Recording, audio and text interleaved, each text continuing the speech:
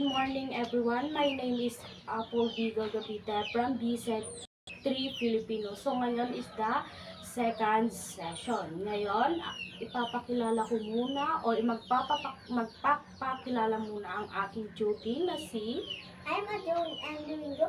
My years old is 12 years old and grade 6 matatag. So ngayon is ikaw na ngayon ang magbabasa or ikaw na ngayon ang magbabasa. Titingnan natin kung talagang alam mo na yung nabasa mo nung nakaraang nagbasa ka. So ngayon, papakinggan kita kung tama ba yung mga binibigkas mong mga salita. The tale of the three brothers. There were the three brothers who were traveling alone the winding road at twilight in time the brother reached a river too deep to wide through and too dangerous to swim across. However, this is brother very learned in the magical art, and so they're simply when they found the path blocked by a cold figure, and it was that he was angry that he had been created out of three new victims for travelers harshly drowned in the river, but that was Connie. He protected to lead the three brothers the their magic and said that each had earned a prize for being clever enough to evade him. So the oldest brother, who was a captive man, asked for a one more powerful. The enemy is extends a one that must always win battle for its honor, a one worthy of a wizard who had cried that so that had a cruise to an elder tree on the banks of the river fashioned a one from brush that had hung there and give it to the oldest brother. The second brother, who was an organ man, decided that he wanted to humiliate that still father and has from the power to recall oldest from death to death, pick up a stone from the riverbank and give it to the second brother and told him the stone would have the power to bring back the dead. Finally, that turned to the third brother, the humble man. He asked for something that would eventually him to go out from the place with hot begin, followed by death ends. So it was the death reluctantly handed over his outlook of irreversibility in the brother spread it for its own distinction. The first brother travel for a week more and reach a distant village. Shout out a fellow wizard with what he had learned naturally and naturally with the elder one has he we found the cold not fail to win the duel that followed, laying his enemy dead upon the floor. That oldest brother product to and in where his boss was of the powerful one which with his hand stand from death himself and of how it made him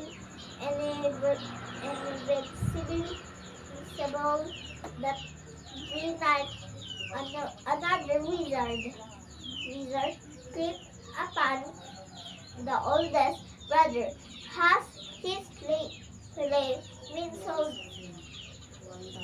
when sudden upon he bed the big life took the one and for good made sure sleep the oldest brother throat and so that took the first brother for his aunt. Meanwhile, the second brother journeyed to his own home, where the live alone here he took out the stone, which had the power to recall that death, and the third is it rests in his hand to his amusement and delight the figure of the girl. His had one hope to marry before his untimely death appeared at once before him, yet she was sad and cold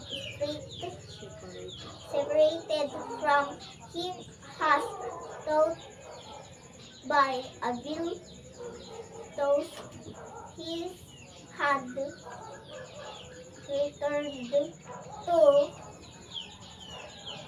the mortal world. She did not really belong there has and finally the second brother driven mad by hopeless longing killed himself so hastily did his and so that took the second brother for his own, but the death of the third brother for many years he was never able to find him. It was only when he was at a great age that the younger brother finally thought of the clock for irreversibility and give it to his son, and then his death has an older friend ran with him gladly and has equally that regretted this life. So, ngayon, mag-20 item spelling ka. Kung talagang alam mo mag-spelling o natatandaan mo yung mga binasa mo. Okay? So, ito yung pagsulatan mo ngayon.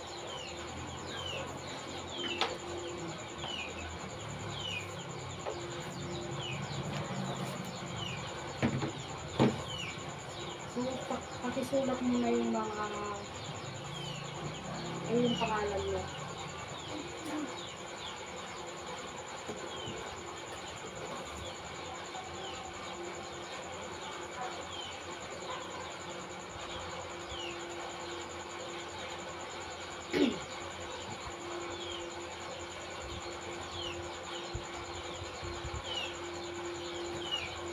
So, ilagay mo yung age mo, tapos yung grade, kung anong grade ka na.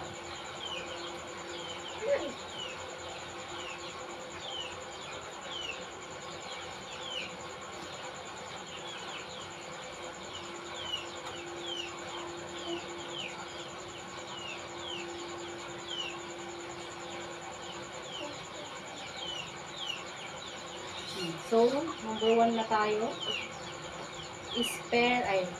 Spell twilight.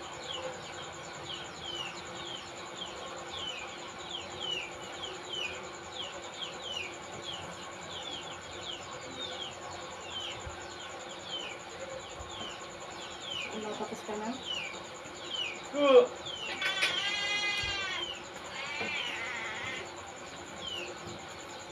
Number 2, dangerous.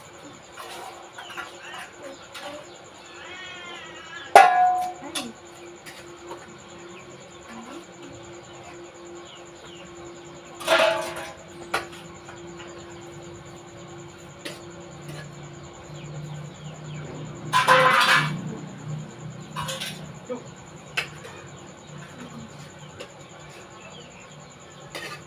Spell treacherous.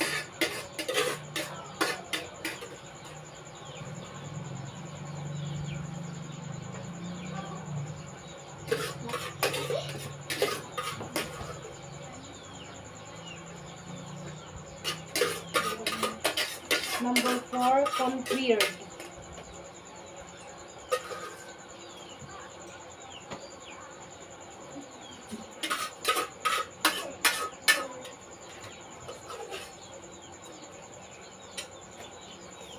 Number 5, humiliate.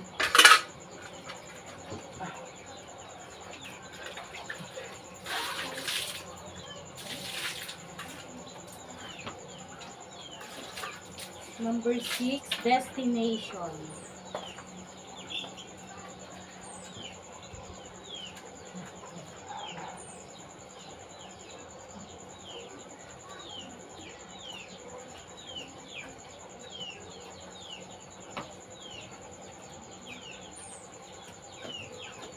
Number 7, amazement.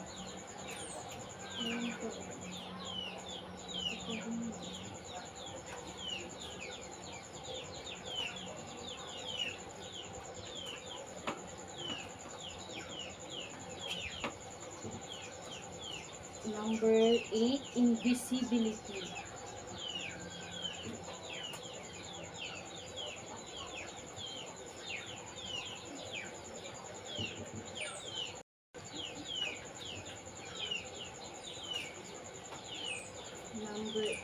Number 9, attained.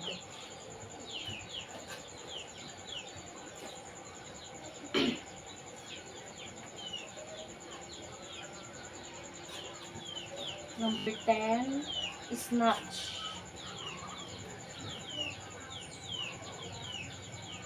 Snatch.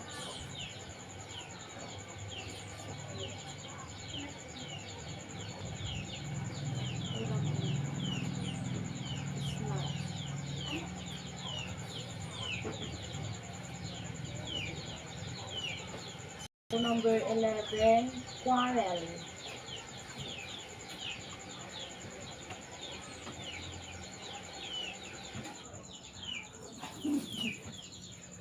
Number 12, fashion. Fashion.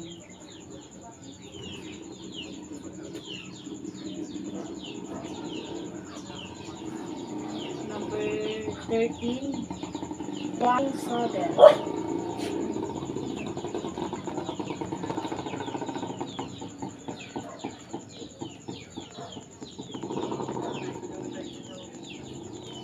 Number 14, untimely.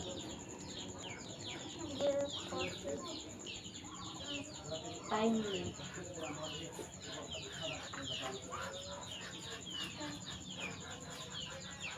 Number 15, reluctantly.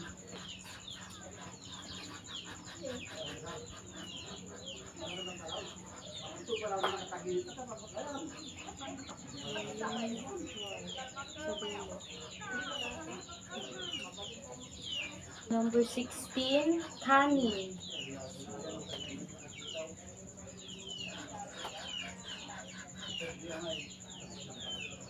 Number 17, existence.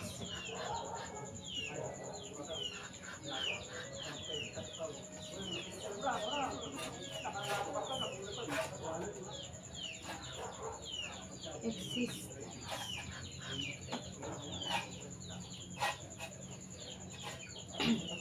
Number 18, arrogant. Arrogant.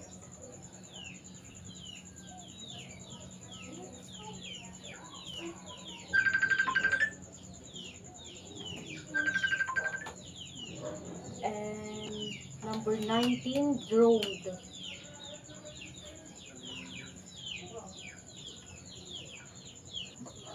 Number 20, combative.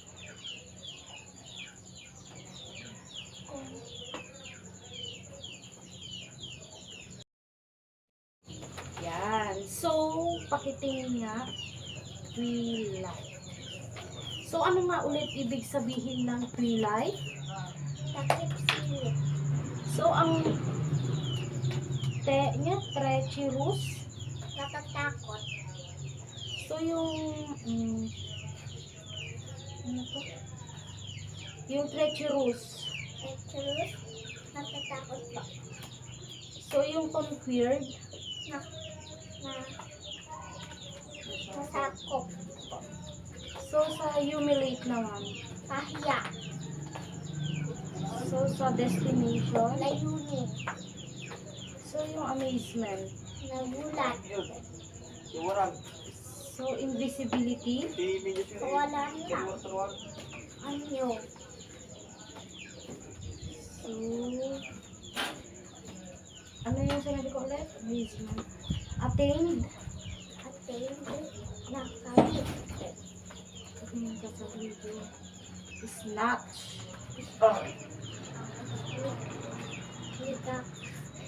Kawan. Ano? Snatch. Sinakawan. So, ano nga ulit yung quarrel? Ginawa. No. Quarrel. Nag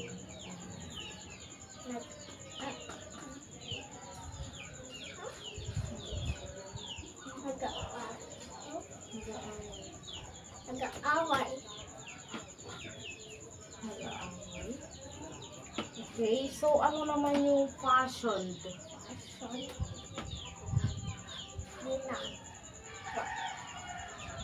Fashion? Ginawa po. So, ano? Fashion. So, yung wine sudden? Wine. From the word wine. Wine sudden. Ito ay yung iniinom.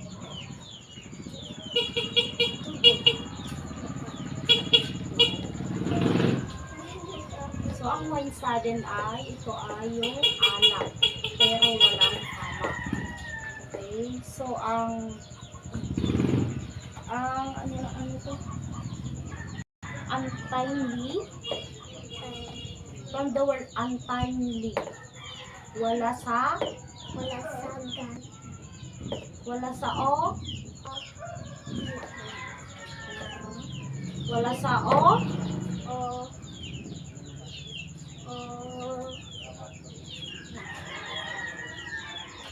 hindi mo alam. Wala sa ta.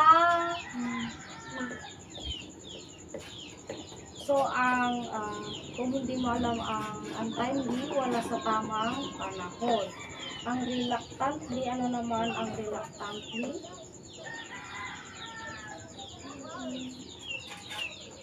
Reluctantly. Bigyan kita ng clue. Ang reluctantly ay, ito ay hindi hindi yung, alam mo yung kapag inuutosan ka hindi na kailangan sabihin. Anong tawag doon?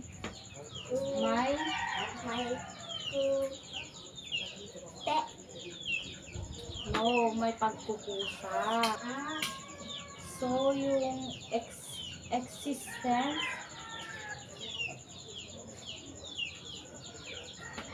ay existence.